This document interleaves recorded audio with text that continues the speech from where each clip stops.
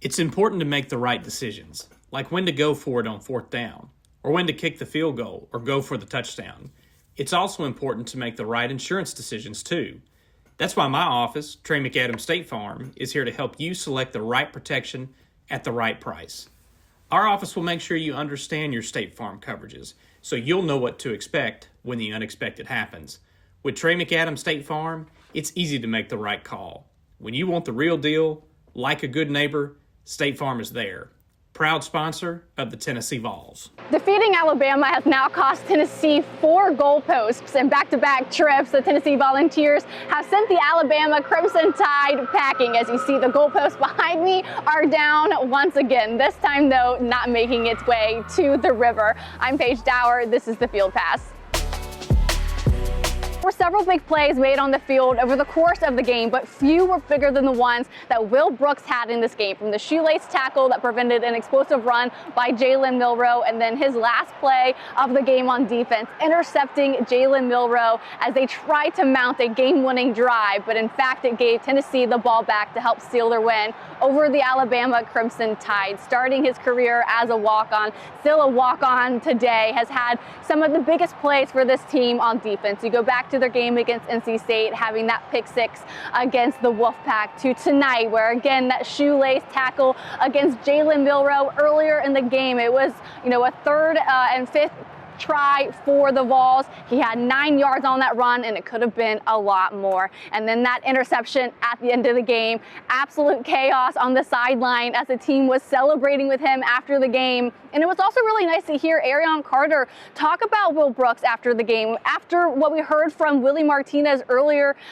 this week, just about the type of player that he is. You hear player coaches all the time. Well, that's Will Brooks, never taking an opportunity for granted. And this is Brooks after the game, kind of recalling the play that went down where he had that interception. In a way, being defensively we were strong, being able to give, like I said before, offense something to stand on, and be able to finish the game out.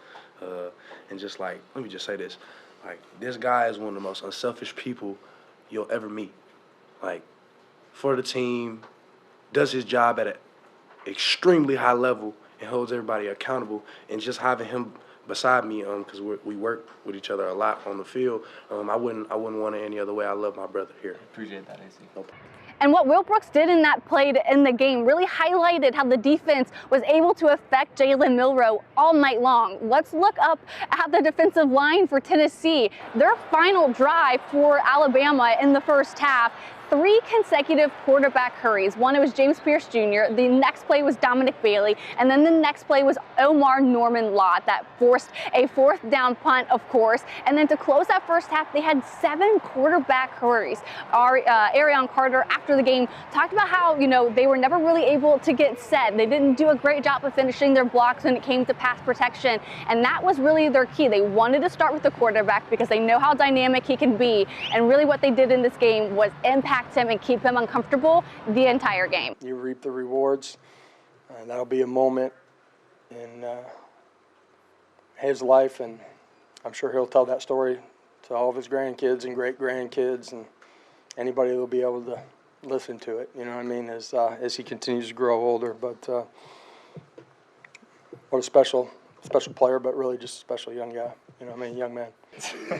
Really just an unbelievable feeling, just so happy for everyone on this team, everybody who's worked so hard to have moments like this, so just super exciting. At Wallace Real Estate, trust is more than just a word. It's been our foundation since 1936. Whether you seek backyard adventures or a quiet spot for your morning coffee, we understand what makes a house a home.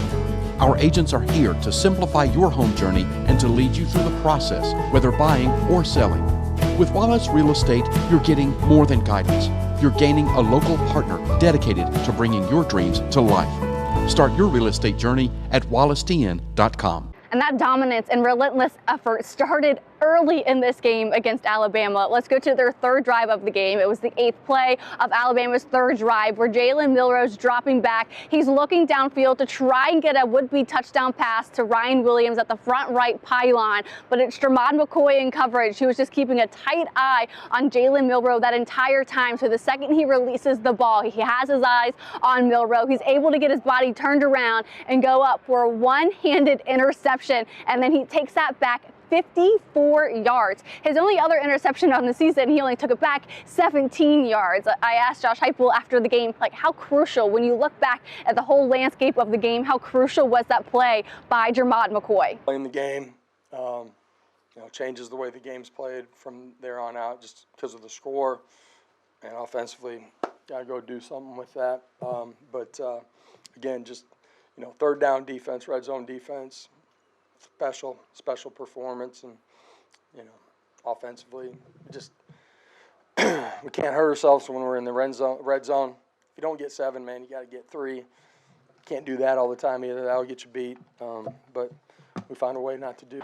Yeah, so the defense was relentless all night long, never really gave Alabama any life. Despite what the score was, you never felt that Tennessee was really out of it because of what their defense was able to do. And really, when you look on offense, you do see them getting a little closer. We hear it each week that, the offense needs to get better, but they're getting there. We really saw that in this game against Alabama, where the playbook seemed to open up a bit more than it did in the first 3 SEC games of this season. The play call and the playbook a bit more aggressive, saw certainly a lot more deep down the field kind of throws from Nico Iamaleava, and even on those incompletions that we saw, they really went right back to it. You saw it to start the game. It was a slant to Brim McCoy, incomplete, bobbled out of his hands. I think it was a short run by Dylan Samson. Next play, same play as the first play, a slant to Brim McCoy, and he hauls it in. But when you look towards the end of the first quarter, there were a couple explosive-worthy plays that you really wanted to get back. One was a go route by Chris Brazzell. Another was a post route by Squirrel White. Both of them essentially, a walk-in touchdown for both of those receivers if they weren't overthrown. It was a diving Squirrel White. The other one was just out of the hands of Chris Brazzell. And those types of plays you certainly want back, but you see, and even when he's under pressure, Nico, or if he's not under pressure, he is just a hair away from getting these plays to actually convert. And I think that's why they didn't lose any confidence or start to panic, because they were able to beat the Alabama defenders. They just didn't see it in the box score the way they wanted to because they couldn't get those completions. Josh Heupel, again, continuing to mention that they need to start faster. They need to connect a bit more. And really a lot of that sometimes comes down to Nico settling in a bit more earlier in the game. Young quarterback, it's going to continue to get better. Guys around him got to help him too, and that means just doing their job at a really high level. But to me, quarterbacks, it's toughness, it's mental toughness. It's when it matters the most, how do you perform and how do you control the game, and there's a lot of things, just physical, mental toughness that Based off what we know from this Tennessee offense, they get a lot stronger in the second half of the game, especially when it comes to their running game and being able to settle in and get that adjustment to what they're seeing from the defenses. And of course, he would not be denied. It was Dylan Samson. He's now scored a touchdown in all 7 of Tennessee's contests. He now has 17 on the season. I asked him after the game, he mentioned in jumbo packages a week ago against Florida that the defenses really can't see him. So what makes him so elusive in these red zone kind of plays? And is it not the defense being able to fit gaps, or is it just that he is able to burst through? And this is him kind of recalling those moments.